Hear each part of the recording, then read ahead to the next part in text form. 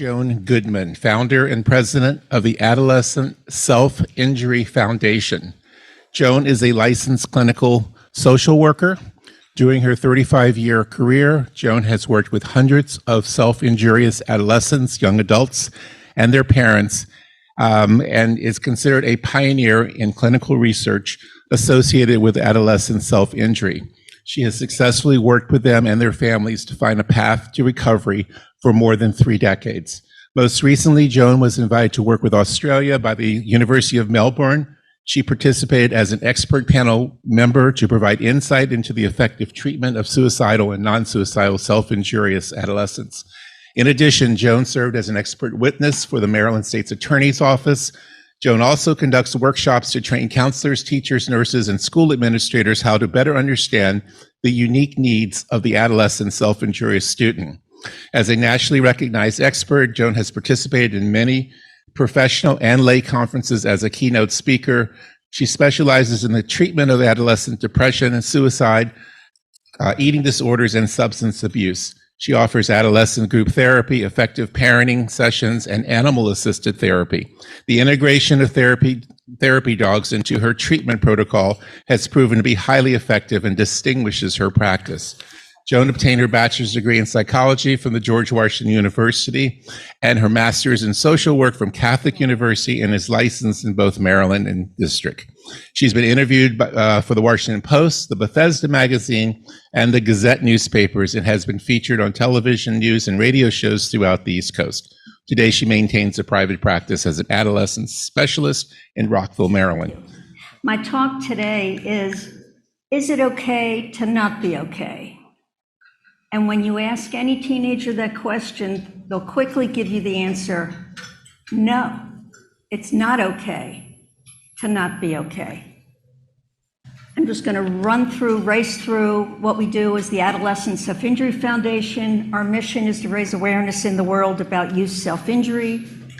We strive to change the conversation about youth self-injury by promoting hope and positive outcomes for this hard-to-reach population. Well, how does it help? How does it help the teenagers? Immediately, they learn that they're not alone. And when someone is self-injuring, they feel they're alone, alienated, they're crazy, and typically they will go online to find others like themselves. And this is why ASIF, which is the acronym of Adolescent Self-Injury Foundation, this is why ASIF was born. I noticed that these youth who were self-injuring would go online to find others like themselves, and online they would find out that the message of doom and gloom and how to do it more and worse. So I wanted a presence online that talked about hope and recovery, to talk about that this is an issue that is now not only nationwide, but worldwide, and it would be a resource for youth who want to learn how to move away from self-injury, and for parents, family members, and friends to teach them what is this all about and why do they do it and what does it mean. It gives lists to parents of do's and don'ts, and parents and adults are the key. So we are the key to helping adolescents who are in great pain. One of the resources on the pages, there's many pages of information, but one is 146 things to do instead of self-injury. You can take that form and put in any behavior you want. 146 things to do instead of fill in the blank. How does it help parents? Well, it helps them to understand what this issue is about. Because let's face it, teenagers don't come with instructions. Wouldn't it be great if they did? But they don't. It teaches them, as I said, things that are effective and things that are not effective. And it provides pages and pages of resources for parents and their families to use. It helps parents understand that Their own emotional reactions are the role models for their children. So how they respond to learning about the self-injury is really role modeling to their child how the child should respond. So how can we expect a child to learn how to contain their own emotions, difficult emotions, when the parent cannot do that? So the main message is the parent's behavior greatly influences the child's behavior. Do you know any young people, teenagers or young adults, that are suffering in silence? Guess what? You do, but you might not know it. We all know about the rates of youth depression, suicide, self-injury are now skyrocketing. What people don't know, they were horrible before the pandemic. So since the pandemic, it's out of control. The Surgeon General has declared a national emergency in child and adolescent mental health. This will show you just statistics that I don't have to read, but the statistics where youth, and they base this on emergency department visits during COVID and after, the rates have tripled with some of the population. Females and younger females are the ones that showed up the most. All of these trends that you see before you continue not only into the third quarter of 2022, but then into 2023. Females are at a greater risk for suicidal ideation and behavior and attempts, but males tend to die more. And that's because they use more lethal means. When I started adolescent self-injury, it was my hope that maybe one day we would have 100 visitors. Take a look. We now have a global presence around the world. This is our presence in 2022. Over the last 365 days, from August 1st, 2022 to today, I didn't look at the count, but on the front page or the home page of the foundation, as of yesterday, we had 1,032,659 visitors have been to ASIF. And I didn't blow up this map of the world, but we've had visitors from Russia, from the Philippines, from Malaysia, from Egypt, from Iraq, from Ukraine, from Belarus, from Italy, from Sri Lanka, from South Africa, from Turkey, from Indonesia, from South Africa, from all over the world.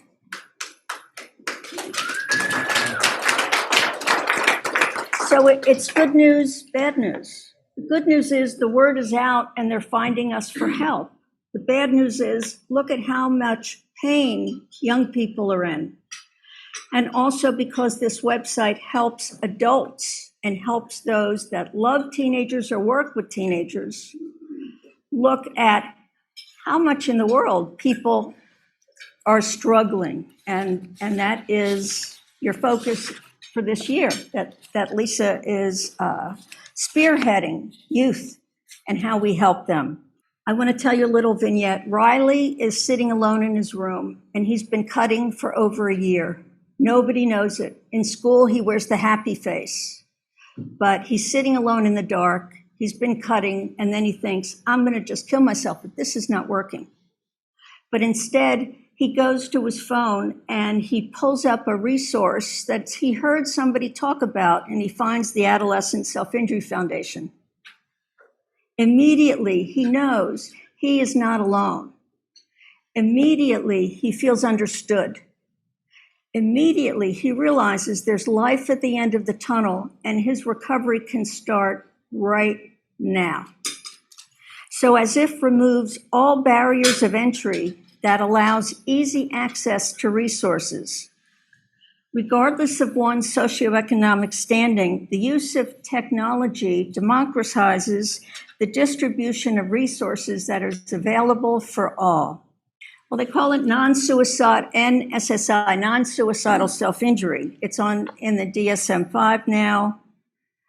Typically, it's a way to stay alive. It's when somebody is in a horrible, distressing state of mind, and it helps them get through it. Yet, it can be connected to suicide in that chronic, ongoing self-injury is a major, major risk factor for possible, eventual, subsequent suicide. Well, why do they do it?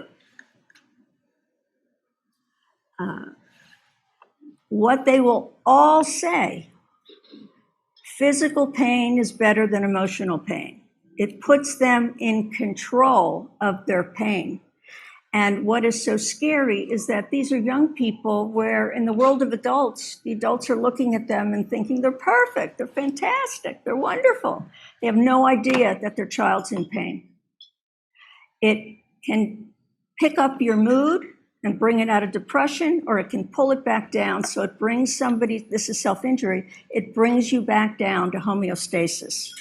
I mentioned how it is one of the major risk factors when someone is ongoing chronic self-injury. It can lead to eventual suicide attempts or suicide. And what it's very important to realize, young people that self-injure can often flirt with the idea of suicide. So it's not like it's non-suicidal self-injury, it has nothing to do with suicide.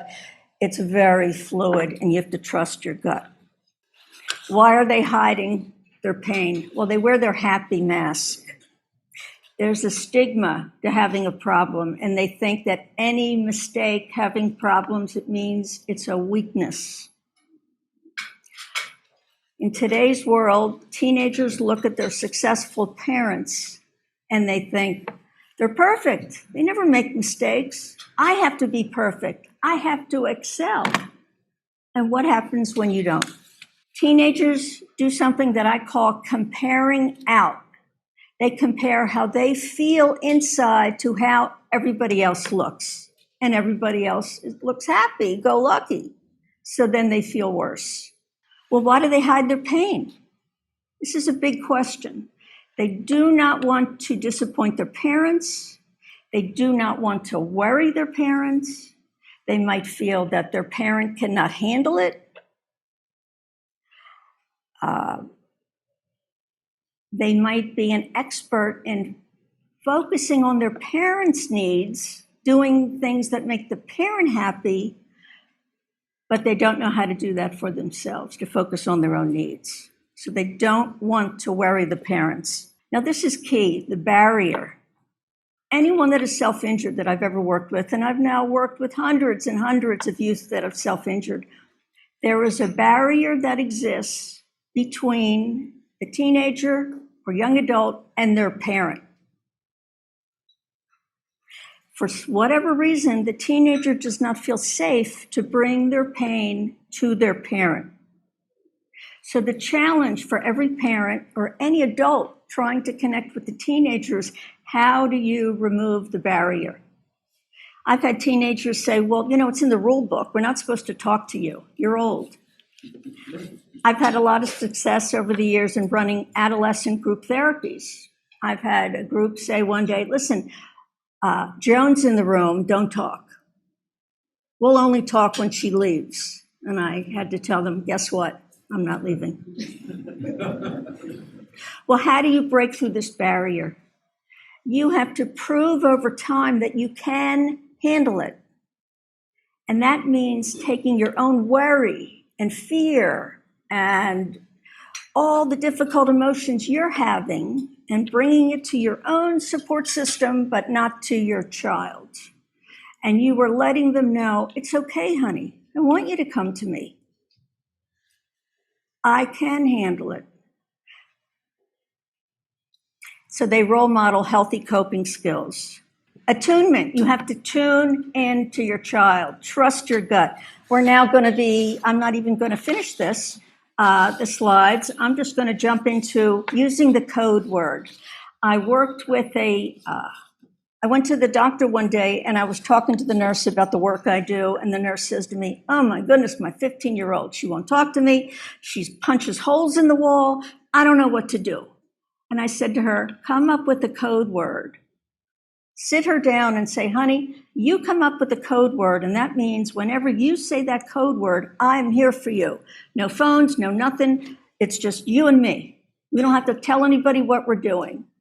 The next time I came in, the nurse said to me, oh my God, things have changed incredibly. She came up with the code word cactus. Yesterday, she called me, Mom, I'm having a cactus day. She said to me, this is the nurse reporting to me, my daughter told me that all my friends are envious because I'm the only one who can talk to their mother. I'm the only one who has a mother that will listen and be there for her. So coming up with that code word is very, very powerful. It works. I want to now end with the idea for the very last slide is 988. I don't know if you all know about 988. 988 is easy to remember. It's for family members, it's for parents, it's for anybody, it's for somebody in a crisis, it's for youth.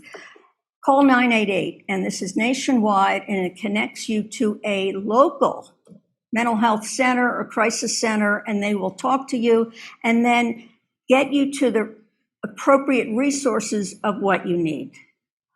I want to say good luck. If you believe somebody's going to get better, they will.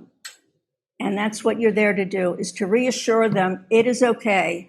We're going to get through this. Thank you. I just want to quickly share an email that I did get. I got an email from a 12-year-old from the Midwest and said, thank you so much for creating the ASIF Foundation. I'm a cutter and I was going to kill myself, but I found your foundation and there's so many good ideas. It's going to help me to stop. And not only are you saving one life, my best friend, if I killed myself, she would kill herself. So thank you for saving 2 lives today. Joan, thank you so very much for being here. This is a very valuable talk, and we have a tradition where let me stick this right. First, here's a little pin. We present each of our speakers a tree. So you will have your very own tree planted on the Capitol. And here's a certificate, and that's a nice little pin. It'll actually match what you have on right now. I'm going to put it on. Thank you. So thank you very much. And I think having been in this position with self-harm and all that stuff, I appreciate you too. Thank you so much. Thank you very much.